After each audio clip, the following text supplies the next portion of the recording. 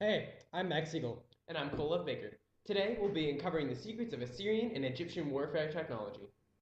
We'll be starting with Assyria, an empire that oppresses enemies with its militaristic might.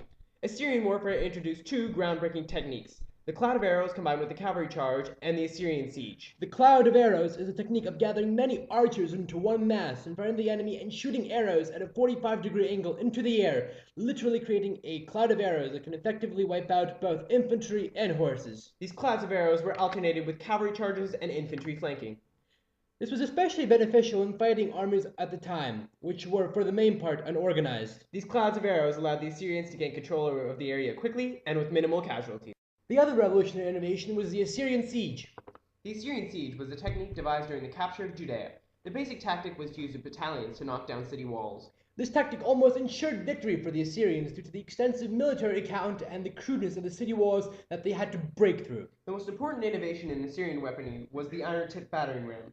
These massive siege engines were large, man-powered carts with pointed iron tips. Battering rams were used to bring down the mud or brick walls of cities which were otherwise unpenetratable. These three innovations gave way to a new generation of military tactics. And so, we move on to another great civilization which managed to conquer its few invaders: Egypt. Egypt pioneered a military method that is still in use around the world today: mercenaries. Sometime in the Middle Kingdom era, Egyptians began to hire Nubians to do their dirty fighting. Nubian warriors were famed for their brutality and their persistence. For supremacy between the superpowers of the ancient world. Some of the battles they fought were on a truly massive scale. The greatest of all was the magnificent Battle of Kadesh, fought between the Egyptians. The Egyptian army of this period was an infantry force of bowmen, spearmen, and archers. For thousands of years, the Egyptians hadn't needed to significantly develop their weapons, as their enemies were and fell behind in the developing ancient arms race. Egypt geographically was so well protected. So hard makes me say, oh my Lord, thank you. So hard makes me say, oh my Lord, thank you.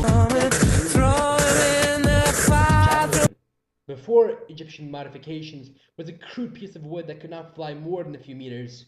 The Egyptians From the hometown known as such, and this is you can't touch it. I told you, homeboy, you can't touch Javelins this. could fly far Yeah, that's more how- than 20 meters and still move at a deadly speed. The javelin was especially damaging to unarmored infantry.